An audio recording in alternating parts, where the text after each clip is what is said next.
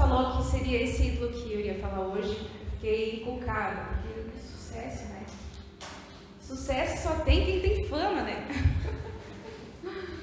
Talvez você também pense, mas como assim sucesso?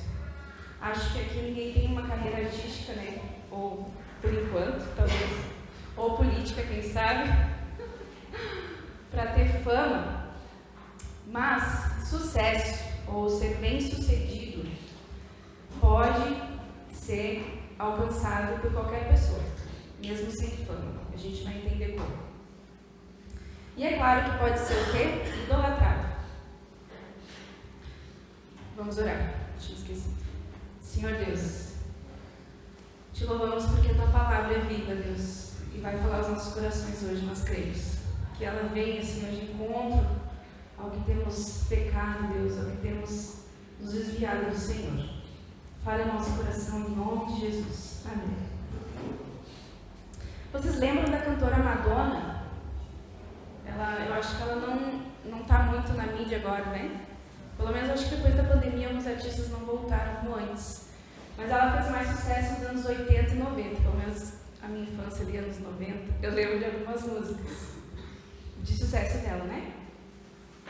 E ela disse numa entrevista algumas frases.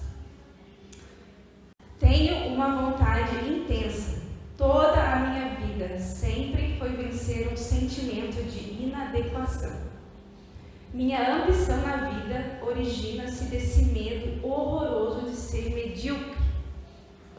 Porque, embora tenha me tornado alguém, ainda preciso provar que sou alguém. Para ela mesma, né? Porque para o mundo ela era alguém.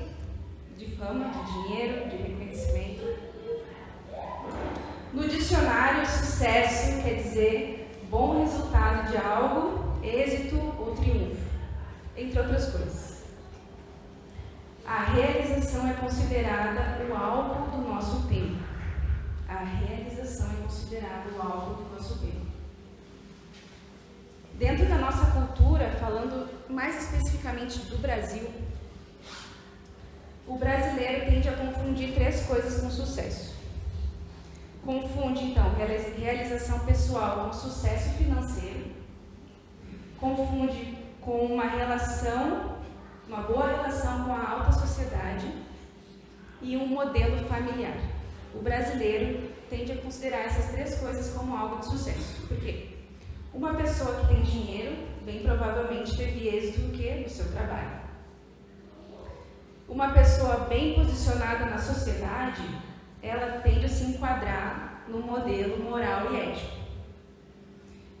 E uma pessoa com um modelo familiar perfeito, vou botar entre aspas, é alguém que tem um bom casamento e filhos. No contexto, numa cosmovisão brasileira, essas três coisas trazem sucesso. Justificado ou não pelos acontecimentos da nossa história, como nação, como país, a gente vê que isso é um típico amor pelas aparências, não é mesmo?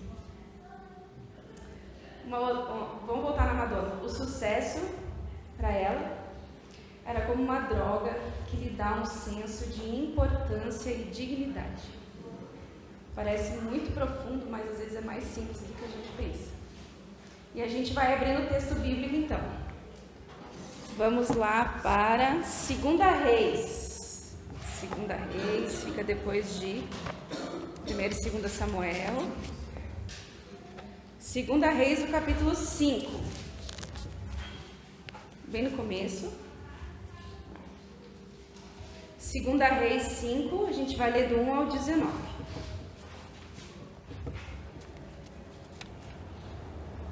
Amém? Todos? Eu vou ler na NVI, tá bom? Minha versão aqui. Naamã, comandante do exército do rei da Síria, era muito respeitado e honrado pelo seu senhor, pois por meio dele o Senhor dera vitória à Síria. Mas esse grande guerreiro ficou leproso. Ora, tropas da Síria haviam atacado Israel e levado cativa uma menina que passou a servir a mulher de Naamã. Um dia ela disse à sua senhora: Ah, se o meu senhor procurasse o profeta que está em Samaria, ele o curaria da lepra. Naamã foi contar ao seu senhor, o rei, o que a menina israelita disse. O rei da Síria respondeu: vá, eu lhe darei uma carta que você entregará ao rei de Israel. Então Naamã partiu, levando consigo 350 quilos de prata, 72 quilos de ouro e mudas de roupas finas. A carta que levou ao rei de Israel dizia: junto com esta carta estou te enviando meu oficial Naamã para que o cures da lepra.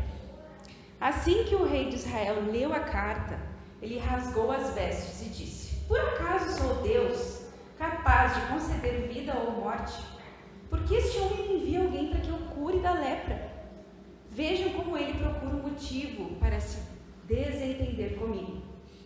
Quando Eliseu, o homem de Deus, soube que o rei de Israel havia rasgado suas vestes, mandou-lhe esta mensagem: por que rasgou suas vestes? Envia o homem a mim, e ele saberá que há um profeta em Israel.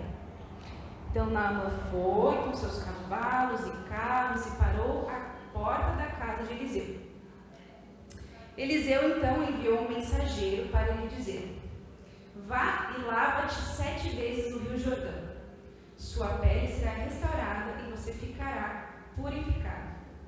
Mas Naamã ficou indignado e saiu dizendo: eu estava certo de que ele sairia para me receber. Invocaria em pé o nome do Senhor, o seu Deus. Moveria a mão sobre o lugar afetado e me curaria da lepra. Não são os rios Abana e Farfar, em Damasco, melhores do que as águas de Israel? Será que não poderia lavar-me neles e ser purificado? E foi embora dali furioso. Mas os seus servos lhe disseram: meu pai, se o profeta lhe tivesse pedido uma coisa difícil, o Senhor não faria. Quanto mais, ele apenas lhe disse que se lave e será purificado. Assim, ele desceu ao Jordão, mergulhou 7 vezes conforme a ordem do homem de Deus e foi purificado. Sua pele tornou-se de uma criança. E então Naamã e toda a sua comitiva voltaram à casa do homem de Deus. Ao chegar diante do profeta, Naamã lhe disse: agora sei que há Deus em nenhum outro lugar, senão em Israel. Por favor, aceita o presente do teu servo. O profeta respondeu: juro pelo nome do Senhor a quem sirvo que não aceitarei. Embora Naamã insistisse, ele recusou. E disse Naamã: já que não aceitas o presente, ao menos permite que eu leve 2 mulas carregadas de terra, pois teu servo nunca mais fará holocaustos e sacrifícios a nenhum outro Deus senão ao Senhor. Mas o que o Senhor me perdoe por uma única coisa: quando o meu senhor, o rei, vai adorar no templo de Rimon, eu também tenho que me ajoelhar ali, pois ele se apoia em meu braço. Que o Senhor perdoe o teu servo. Por isso, disse Eliseu: vá em paz. Que história! História de um homem que se converteu, gente. Este homem reconheceu o Deus de Israel.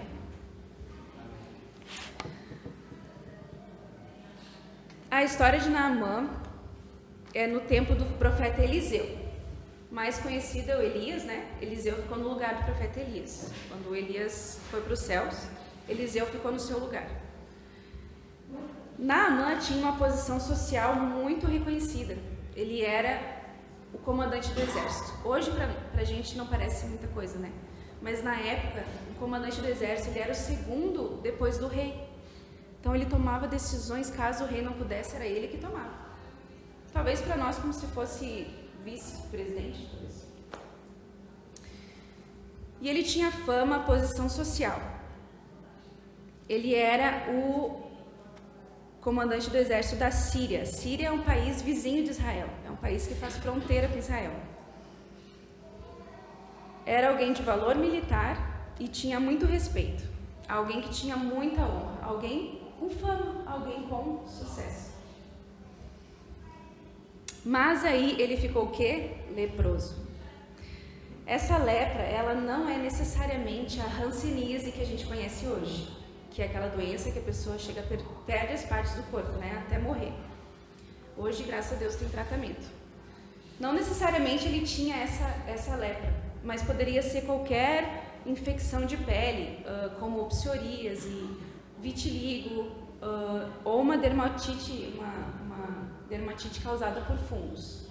Na Bíblia diz lepra, mas às vezes ela abrange todas essas coisas. Ainda assim era horrível, porque ele estava a princípio desesperado, não é mesmo?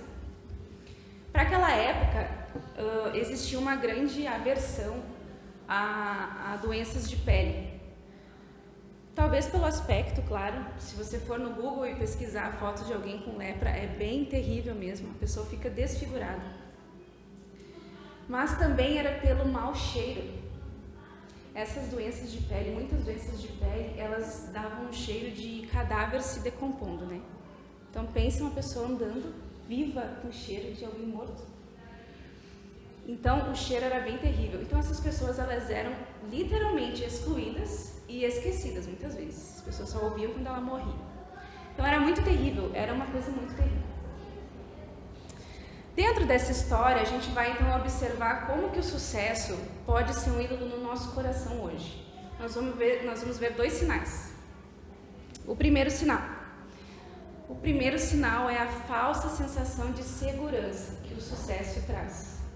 De que forma? Ter sucesso ou realização pessoal nos faz pensar que a nossa segurança, ela se baseia na nossa força, sabedoria e desempenho. Isso se aplica a coisas cotidianas, por exemplo, como o trabalho. Se ser o melhor no meu trabalho, estar no auge, significa que não tem ninguém que se compare a mim, eu tenho sucesso. Você trabalha em uma negociação e ela não é aprovada, o que acontece? Sua autoestima vai lá embaixo, no mínimo. Isso traz uma sensação de quê? Que o meu desempenho foi por água abaixo, que a minha sabedoria não valeu de nada. Um outro exemplo, no meu caso, que é o meu trabalho que não é remunerado, que é a maternidade. Quarta-feira, depois do desfile cívico, estávamos almoçando em casa, a minha sogra veio, seu marido, minha mãe, e a gente terminando o almoço, e tinha gelatina de sobremesa. Maravilha, eu gosto muito, não sei se vocês gostam, parece que é uma coisa bem sem graça, né? Aí eu falei, Isaac, hoje tem sobremesa, sabe o que é? G? E ele disse, Jesus. Sobremesa da vida, né, Jesus? Aí nós rimos assim, eu pensei, gente, eu falo G, ele fala Jesus, meu Deus, meu filho é um crentinho, né? Meu Deus do céu. Ai, já pensou na minha alegria? Nossa, meu discipulado tá, ó, top. Mas aí o que acontece? À noite, eu vou lá, abro a Bíblia, vamos, né, ler antes de dormir. E o guri não tá nem aí. Brinca, Isaac, não tá nem aí pra leitura da Bíblia. Daí o que eu faço? O que eu penso? Meu Deus, olha essa criança, são os pais horríveis. Ele não quer ler a Bíblia. A gente coloca o nosso desempenho e a nossa força nessas coisas. Você conclui um projeto e se sente incrível. Eu me senti incrível vendo Isaac falar Jesus. Quando ele pediu para orar pela vovó no outro dia, gente do céu, eu falei, tá dando certo, gente, tá dando certo. E o dia que ele não quer orar, eu o quê? Eu me sinto a pior mãe do mundo. Eu não estou fazendo nada certo. Eu preciso ler mais a Bíblia. A minha sensação, ela não durou muito tempo. Você pensa, eu preciso de um novo projeto. A sensação de realização, ela é maravilhosa. Nos faz sentir que somos alguém, nos dá dignidade, senso de importância e pertencimento. Tudo isso no nosso coração traz à tona. Você crê que o seu valor é baseado nas circunstâncias externas. Você crê que o seu valor está baseado em circunstâncias que acontecem do lado de fora. Segundo sinal sobre que o sucesso se tornou um ídolo é a nossa visão distorcida de nós mesmos. A gente é bem craque, né, de olhar para o espelho e ver alguém melhor do que a gente é. Faz com que a gente tenha uma visão exagerada das nossas habilidades. Isso é muito comum, né? Nosso coração lá pecador sempre vai achar assim, não, mas hoje eu acertei, então tô caminhando, né? Tá tudo bem. Naamã se via como alguém de sucesso em uma área. Ele era militar, ou seja, ele era muito bem sucedido nessa área. Só que como ele era muito bem sucedido nessa área, a visão dele se distorceu porque ele achava que ele seria bom em quê? Em outras áreas, em qualquer área. Você é bom em economia. Nada pessoal, Carol. E também acredita que pode ser um Masterchef. Você é bom em uma área. Você tirou 10 no trabalho, de conclusão. Mas crê que pode ser bom em qualquer coisa. Ou pode ser quem você quiser. Acredite, nós temos passado isso para a nossa geração futura. Os nossos filhos já vivem uma pressão de que precisam ser bem-sucedidos em diversas coisas. Crianças que vão para o futebol, para a natação, para o inglês, para tudo. Você vai ser bom em uma dessas coisas. Não é possível que você não seja bom. Então põe em tudo para ver o que dá, né? Uma geração de profissionais insatisfeitos com a profissão que escolhem. Escolhem o que pode trazer sucesso para eles, mas que talvez não gostem de fazer. Pensa alguém fazer medicina sem gostar de pessoas, sei lá. Porque dá dinheiro ou porque também é só um exemplo. Sabe onde é um pouco polêmico o que eu vou dizer, mas sabe onde é que eu vejo isso? No funcionalismo público. Eu conheço e já conheci pessoas que passaram no concurso, se esforçaram muito, ganham um bom salário, trabalham umas 6, 8 horas, têm estabilidade, né? Só vai sair dali se quiser, mas não gostam do que fazem. Porque você passar no concurso hoje é uma coisa bem sucedida no Brasil, né? Não sei se em outros países, mas aqui você tá feito, né? Você tem um salário, você tem... Como eu digo, eu conheci pessoas, poucas pessoas, não estou dizendo que todo mundo que quer fazer ou que está numa posição assim é porque tem isso. Uma visão distorcida de nós mesmos é uma cegueira que acompanha a idolatria. Naamã tinha uma visão distorcida de mundo. Além dele mesmo, ele tinha uma visão distorcida do resto do mundo. Ele pensou que poderia usar o sucesso para lidar com os seus problemas. Ele junta um valor absurdo, aqui diz no texto.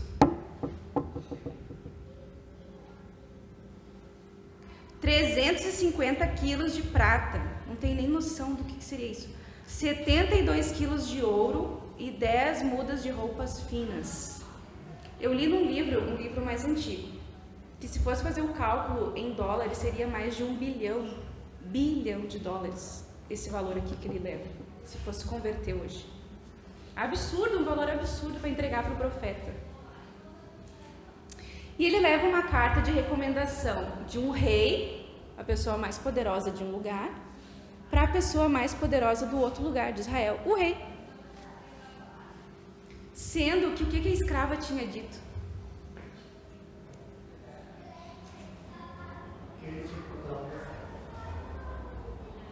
Eu me perdi no texto, deixa eu achar. Se o meu senhor procurasse o profeta que está em Samaria, ele o curaria da lepra. Só isso que a menina disse, não falou nada de rei, não disse nada. Aí ele fez o quê? Ele foi procurar o rei dele. O rei dele fez uma carta para ser entregue para outro rei, ou seja, longe do que tinha sido falado. Naamã e o rei sírio acreditavam que a religião em Israel funcionava como ali e como em outras nações. Se você vive de forma correta, os deuses ou Deus, eles vão ter que te abençoar e lhe dar prosperidade. Se você tiver o que oferecer a uma divindade, então ele vai te amparar. Por que ele chegou com dinheiro? Por que ele chegou com uma carta? E é óbvio que ele acreditava que pessoas bem-sucedidas de uma sociedade fossem aquelas mais próximas de Deus e não as fracassadas. Por isso que ele vai no rei. Ele acha, não, se Deus vai abençoar, eu tenho que ir na pessoa mais alta depois de Deus, o rei. Essa era a visão de Naamã, a visão de mundo. A gente chama de cosmovisão, que é uma visão que a gente vê o mundo, é a nossa cosmovisão. Naamã tinha essa cosmovisão do mundo. O Deus de Israel, ele vai aceitar meu dinheiro, né? Os outros deuses aceitam. Verso 7. Assim que o rei de Israel leu a carta, ele rasgou as vestes e disse... Esse rasgar as vestes é quando uma pessoa, na época, a pessoa achava que algo muito grave estava para acontecer. Então é como se ela estivesse numa grande ansiedade, na expectativa de algo muito sério que estaria vindo, então ela rasgava as vestes. Acho que vocês já leram várias vezes isso, né? Rasgou as vestes e tal. Então esse era o contexto. Por acaso sou Deus capaz de conceder vida ou morte? Por que esse homem me envia alguém para que eu lhe cure da lepra? Porque na carta ele pediu o quê? Para que o rei curasse, né?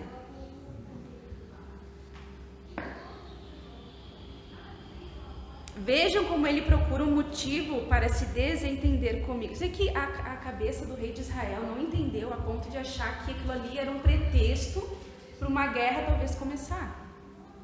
Duas visões completamente diferentes.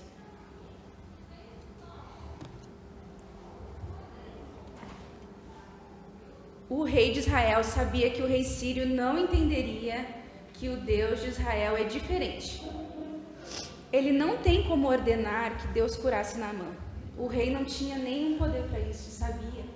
E ele também sabia que o outro rei não tinha nem noção disso. O Deus de Israel, o verdadeiro Deus, o nosso Deus, ele não se deixa controlar.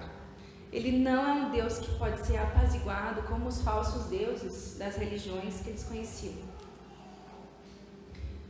Você oferta algo, você apazigua, acalma o Deus e ele lhe responde as orações, não é mesmo? O Deus dos povos, os falsos deuses, ficam em dívida com os seus súditos quando estes lhe oferecem trabalho duro e devoção. Vou repetir, o contrário agora. Quando você oferece trabalho duro e devoção, os falsos deuses ficam em dívida com você. Mas o Deus de Israel não pode ser abordado dessa maneira. E Naamã ainda não conhecia esse Deus. Independente do que ele nos conceda, sempre vai ser um presente. Então, nada do que ele lhe concedeu é porque você fez algo antes. Porque sempre vai partir dele primeiro. Independente do que o Senhor Deus nos conceda, sempre será um dom, um presente. Isso é graça. Graça é um favor imerecido. Naamã tem duas surpresas que abalam o seu orgulho. Vamos observar no versículo 9 e no 10. Volta lá. Então Naamã foi com seus cavalos e carros e parou à porta da casa de Eliseu. 10. Eliseu enviou um mensageiro para lhe dizer: vá e lava-te 7 vezes no Rio Jordão. Sua pele será restaurada e você ficará purificado. A primeira surpresa de Naamã, então, que abalou seu orgulho foi o quê? Chegou na porta do profeta com todo aquele negócio de carro, de dinheiro, de ouro e tudo que tinha dentro das carroças, né?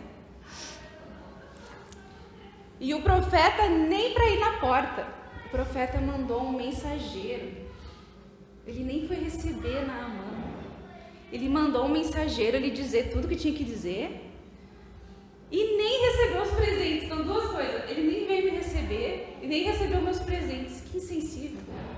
Um homem de Deus bem sensível mesmo isso. 11, 12 e 13.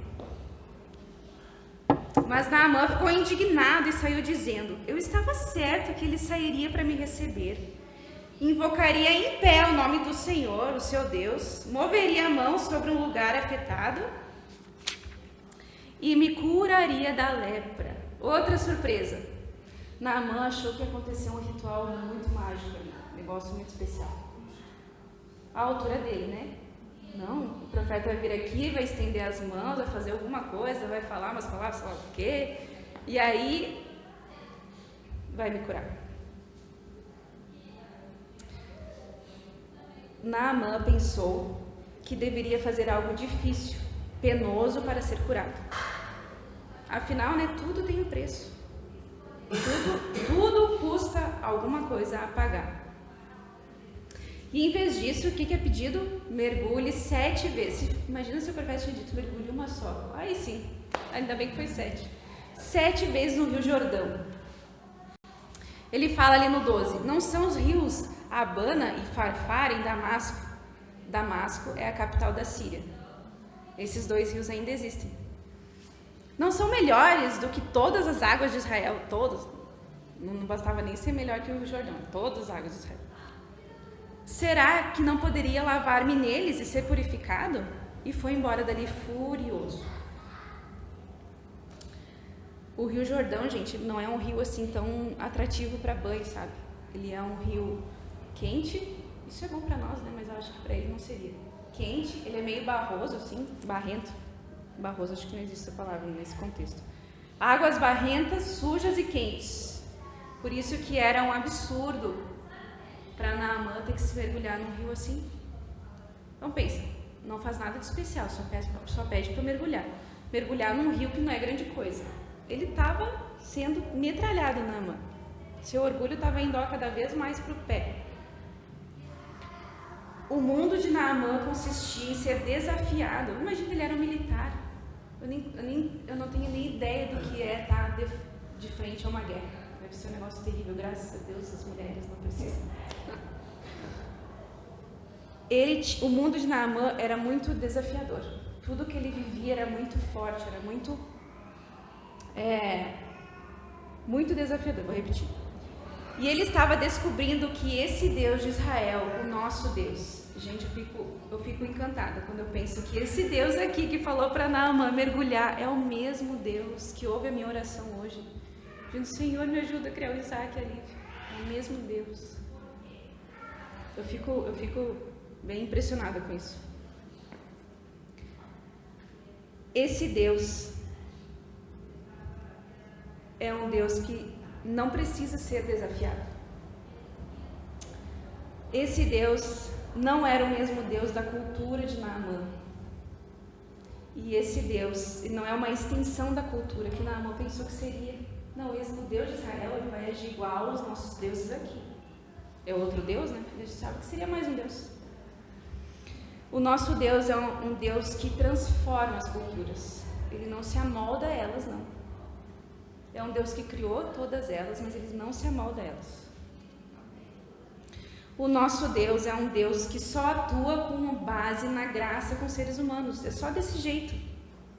Ninguém pode manipular o verdadeiro Deus, porque ninguém é capaz de conquistar, merecer ou alcançar as bênçãos e a salvação que esse Deus dá.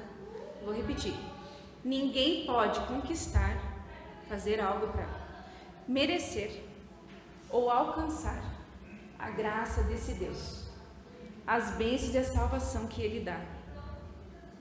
É muito difícil para a gente entender que a gente não precisa fazer nada para ter as bênçãos de Deus.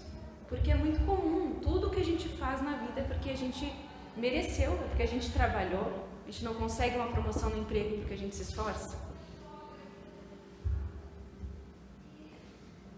Rezar tantas vezes repetidas, subir escadarias de joelho, caminhar 30 quilômetros no sol quente, cantar de olhos fechados, mãos levantadas, ir todos os domingos aos cultos, fazer jejum de 1, 10, 40 dias. Isso não manipula o nosso Deus. Isso aqui que eu disse é bem para o nosso contexto, né? Tantas coisas que eu faço, Senhor, eu estou me esforçando, poxa vida. Nada disso manipula o nosso Deus. Talvez essas coisas seriam condizentes com a autoimagem, com a sua autoimagem, com a maneira de ver o mundo de Naamã, né? mas a mensagem do profeta foi um insulto para ele. Qualquer criança, qualquer pessoa poderia ir no Rio Jordão e pular 7 vezes. Primeiro mergulho, segundo mergulho, tem meu música infantil que é assim, 7 vezes. Qualquer pessoa poderia, por que ele ia pedir uma coisa tão simples e fácil? Para mim, Naamã pensando.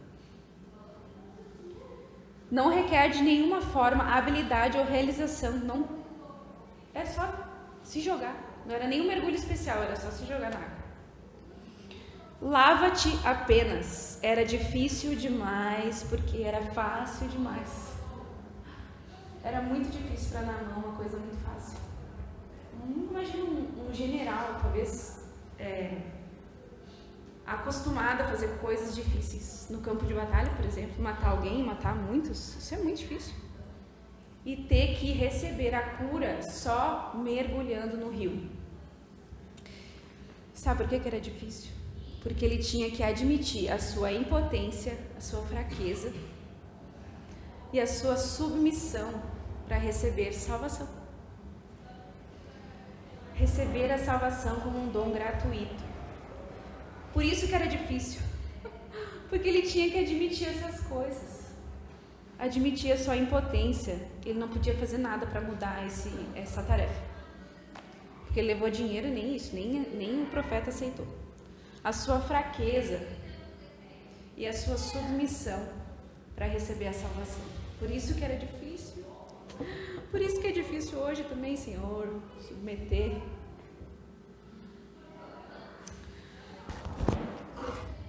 O nosso Deus é um Deus incrível. E ele só pediu isso para Naamã. Quero concluir já, meus irmãos. O ídolo do sucesso, ele não pode ser simplesmente expulso. Ok, Senhor, reconheci dentro dessas coisas que o ídolo do sucesso está dentro de mim. Porque se eu me sinto realizada, eu tive sucesso. Eu não quero sentir isso de novo? Claro que eu quero. Todo mundo quer. Em diversas áreas. O ídolo do sucesso, como todos os outros, ele não pode ser simplesmente expulso. A gente não vai conseguir simplesmente tirar esse ídolo do nosso coração. Ele precisa ser substituído. Sabe por que ele não pode ser simplesmente tirado? Porque o desejo do coração do homem por um objeto particular de valor, ele até pode ser superado. Mas a necessidade que o nosso coração tem de possuir algum objeto, qualquer outro objeto, isso sim é insuperável. A gente sempre vai ter um objeto para colocar ali. Nunca vai ficar zerado sem nada. Então, se não for Deus, vai ser outra coisa. Se não é o sucesso, vai ser outra coisa. Então, ele nunca vai ser simplesmente expulso. Ok, não tenho mais o ídolo do sucesso. E agora, tem que ser substituído. Tem que ser colocado outra coisa ali. Nosso coração nunca vai ficar sem nada, nada. Como podemos, então, interromper isso no nosso coração, no nosso desejo de ter um objeto para adorar?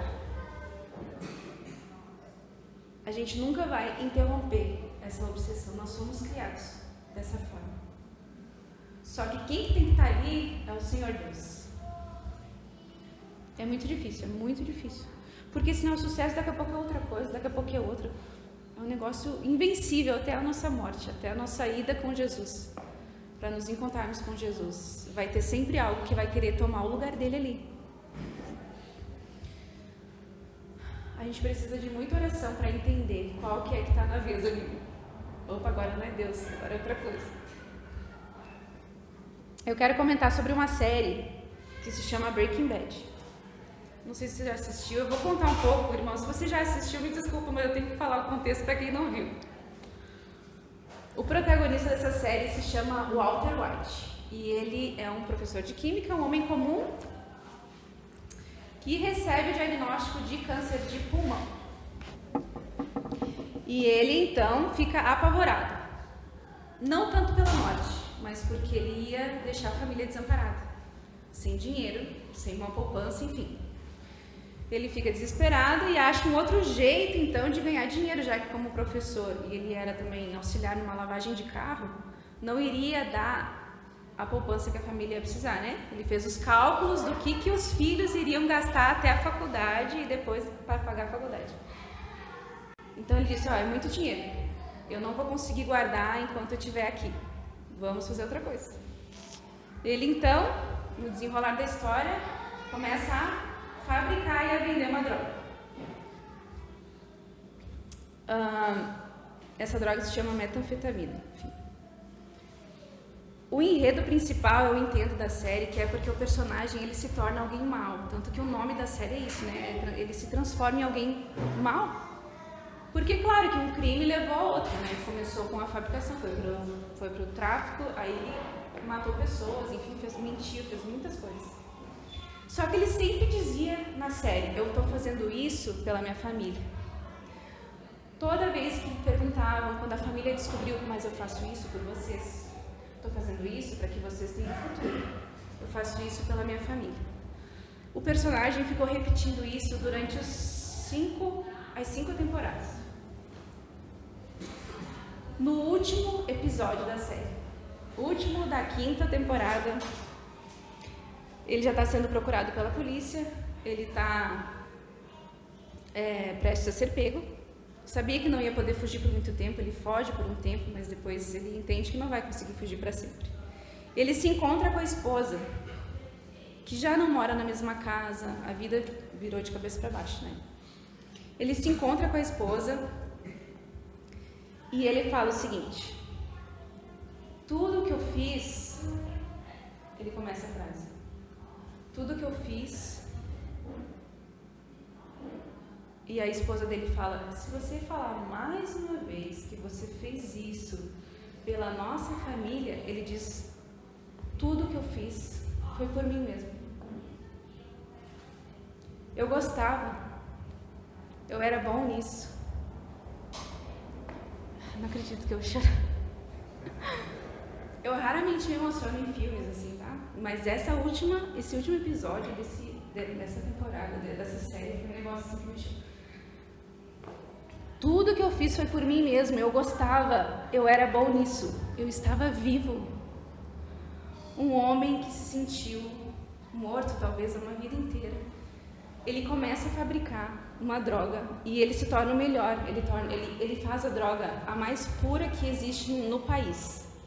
Ele fica famoso, na verdade, por causa disso. Ele era muito bem sucedido, ele se tornou alguém especialista, excelente em fazer uma droga. E ele disse, eu era bom nisso, eu estava vivo. Gente, quanta gente não é assim como o seu Walter White, que tem sucesso, tem realização e se sente vivo. Vivo porque não tem quem? O caminho, a verdade, a vida. Não tem Jesus. Somente quando vemos o que Jesus fez por nós, nós entendemos por que a salvação não exige algo difícil de nós. Jesus fez tudo, tudo mesmo, Ele fez tudinho lá na cruz. E a gente só tem que o quê? Se lavar. A gente só precisa entrar no rio. A gente não precisa correr atrás de reconhecimento na tentativa de merecer conquistas. Nem de deuses, nem de pessoas, nem da sociedade. A gente não precisa embasar o nosso senso de valor nas nossas realizações e conquistas como fez o personagem. Ele estava vivo só porque ele era alguém. Nossa carreira de sucesso, família de sucesso, enfim, tudo isso são fragilidades que não nos levam a merecer nada.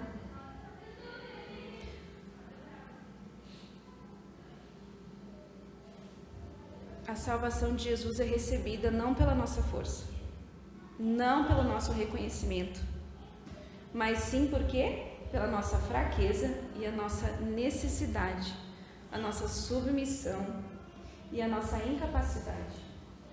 Só isso a gente precisa apresentar diante de Deus. Meus irmãos, Naamã, depois de muito lutar, entendeu que era só se lavar. Era só entrar no rio. E ele conheceu o Deus de Israel, que diz que ele começou a prestar culto, então ele se converteu. Porque ele foi curado, mas ele viu, não só porque ele teve uma cura física, mas ele entendeu quem era esse Deus que não precisa de nada que eu entregue. Olha quantas coisas eu trouxe, olha quem eu sou. E nada disso ele levou em consideração.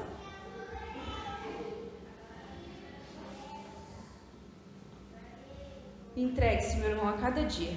Simplesmente se lave. É bem difícil. Eu estou falando aqui, mas não é fácil. Para ninguém, para mim. Simplesmente se entregar e não fazer nada para merecer. Mas o nosso Deus é assim. O nosso Deus, ele só quer a nossa submissão. Porque o presente que ele dá é de graça. Então eu não preciso fazer nada, meu Deus. Obrigado por isso, Senhor. A gente não seria capaz de fazer também grandes coisas, né? Deixe nosso Deus maravilhoso entrar no seu coração. Fazer o que Ele quer, como Ele quer e do jeito que Ele quer. Isso tudo é para a glória dEle, gente. E para o nosso bem. No fim das contas é para o nosso bem, mesmo que a gente sofra ali no início. Mas é para o nosso bem. Vamos orar. Obrigado, Senhor Deus, porque a Tua salvação ela é de graça. Eu não preciso fazer nada, Senhor, além de me entregar, de simplesmente entrar no rio e me lavar. E sair sem nada, Deus, sem nenhuma doença, sem nenhuma mancha, porque o Senhor enviou Jesus para fazer tudo lá na cruz. Obrigado por isso, Deus. Nós nunca poderemos pagar, nem se a gente vivesse 100 vidas aqui na terra, a gente poderia pagar o que o Senhor fez. Muito obrigado por isso. Nos faltam, Deus, palavras para te louvar o suficiente, te agradecer o suficiente, Deus. Sempre vai parecer nada. O que eu posso fazer, Deus, o que nós podemos fazer simplesmente é viver uma vida para te agradar, é te obedecer. Uma vida de santidade, isso sim vai agradar teu coração, Deus. Nunca vai pagar, mas vai agradar. Nós te louvamos porque a tua palavra é viva e nós queremos reconhecer o Senhor todos os dias, assim como Naamã reconheceu quem era o Deus de Israel. Nós queremos reconhecer que o Senhor é nosso Deus, que o Senhor é esse Deus, é esse que não deseja nada de esforço, apenas a nossa fé, que a gente creia, Senhor. Te louvamos por isso, em nome de Jesus. Amém.